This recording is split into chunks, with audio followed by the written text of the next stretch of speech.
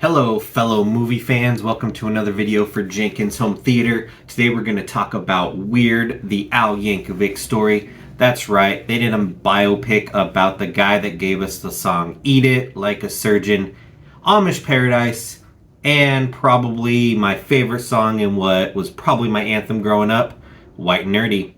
So how's the movie itself? Let's find out.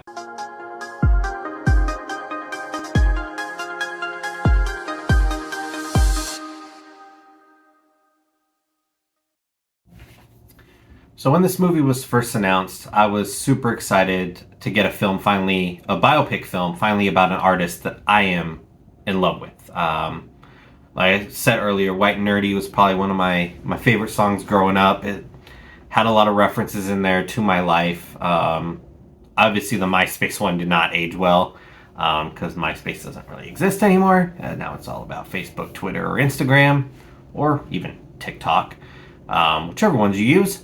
But I still love that song, still love listening to it. It's still one of my favorites. In fact, a couple years ago, my wife and I got a chance to meet him at a comic convention. And of course, we had to get a photo op, so that should be right here. So yeah, that was awesome. So I was all on board for this movie. Then they cast Daniel Radcliffe as Weird Al. So, obviously the guy from Harry Potter. Harry Potter was also a big part of my childhood. Harry Potter? So, I was all on board for that. In fact, I've liked a lot of the stuff he's done afterwards, but obviously he will always be known for Harry Potter. That's, 8 movies. You're not going to ever get rid of that, so.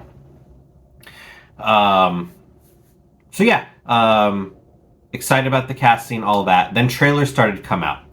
And I realized this wasn't going to be a true biopic. I don't know why I would have thought it would be. What were you thinking? But as soon as the trailer started coming out, I realized they were doing a parody of a parody singer. And once again, I was excited because that is, to me, the best way to do Weird Al's story. The core have Weird Al's story, but have it be a parody of the biopics that have come out, because his songs obviously parody big hits, and the biopics have been big hits lately, so you're parodying those. Daniel Radcliffe delivers a great performance as Weird Al. Have no complaints there. I thought he did a great job. So, like I said, this movie at its core is the Weird Al story. You see some things from where he first got his first accordion,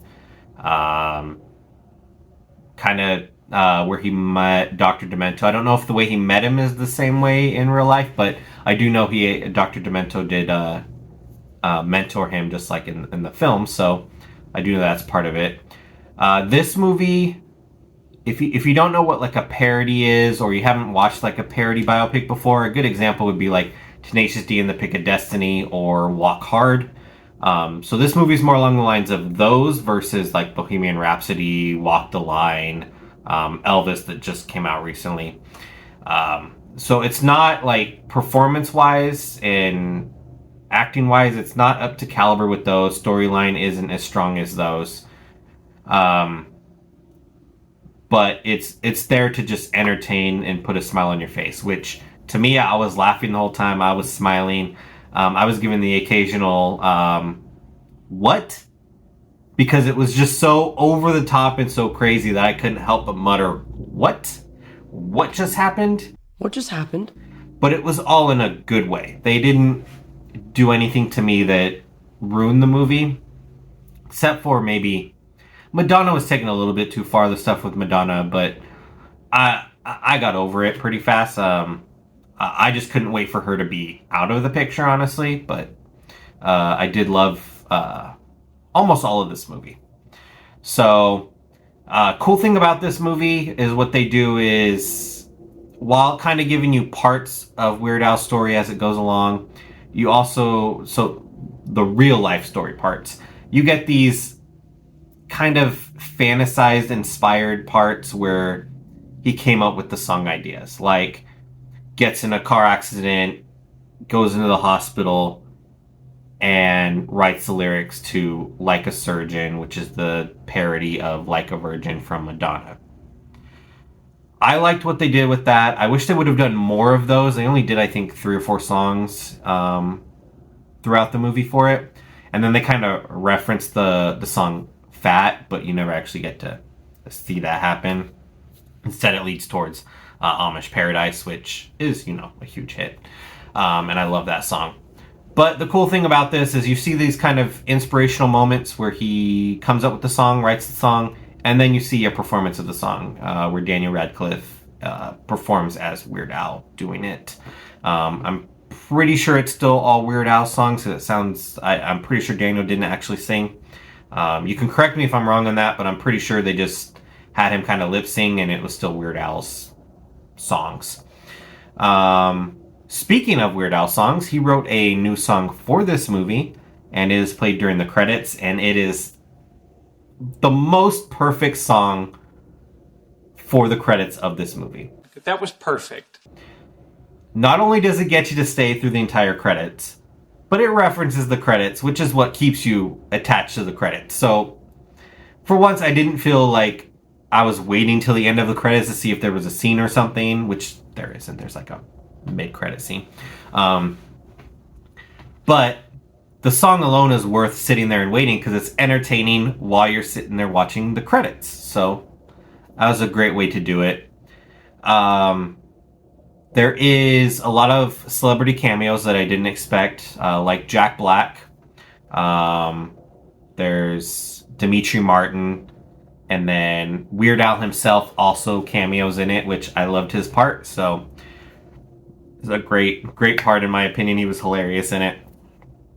There's also a pool scene where it's a bunch of celebrity cameos.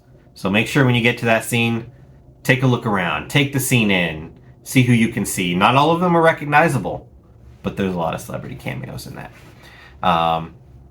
So to me, like I said, I think this is the perfect way you do a Weird Al biopic. Just because it fits with everything he's done in his life, music-wise, just the character he is.